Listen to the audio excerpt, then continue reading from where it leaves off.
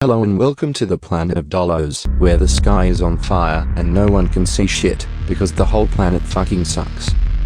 However, life will fester on this miserable rock despite the infinite void calling for its destruction. You might be wondering, what kind of mad god would damn life to begin on a planet that is on the precipice of destruction?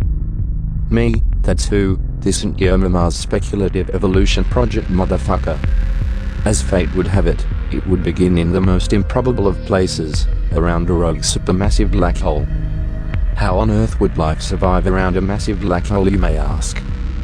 Tidal forces, bitch, that's what. The ultimate gravity world that will live beyond every star in the sky, turning into mere atoms, never to join again.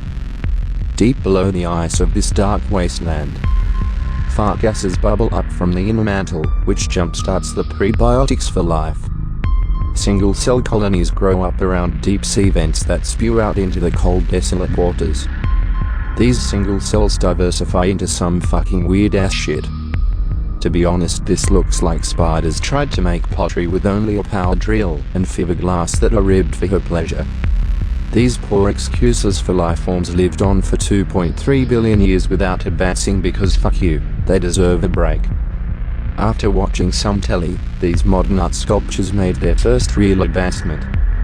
They had grown structures around their vents out of thin silica strands that would be mineralized by the single cells and transported through amoeba-like feet. They would specialize a select few members of the colony into complex structures that would aid in spreading their young asexually to grow up around neighboring vents. We will call these alien life forms Dazani, after the biggest plastic polluter in the world. These Dazani colonies would quickly run into a problem, however, due to the fact that they exist around a fucking black hole. You can't expect heat convection to be so stable. To adapt to this environmental pressure, they would grow arms and legs, and a complex civilization with base 5 as a number system along with bioorganic ships that ran on fusion energy. JK, they just decided to cannibalize each other because this planet wasn't shitty enough. The Dazani continued to thrive for only a few million years in this state before sapient aliens showed up called the Stingeraliens. They are called as such due to the resemblance to Gordon Matthew Thomas Sumner, known as Sting. He was the principal songwriter, lead singer, and bassist for new wave rock band The Police from 1977 to 1984. He launched a solo career in 1985, and has included elements of rock, jazz, reggae, classical, new age, and world beat in his music. The Stingeraliens using fusion-powered spacecrafts that are propelled by mass gravitation EM drives.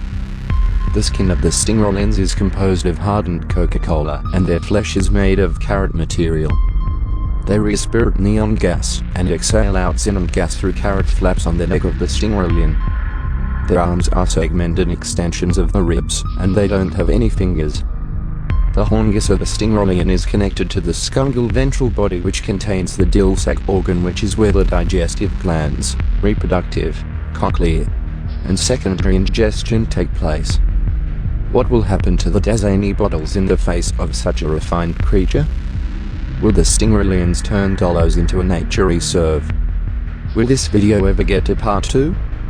Find out next time when we return to Dolos to discuss the climate and diversification of the life forms.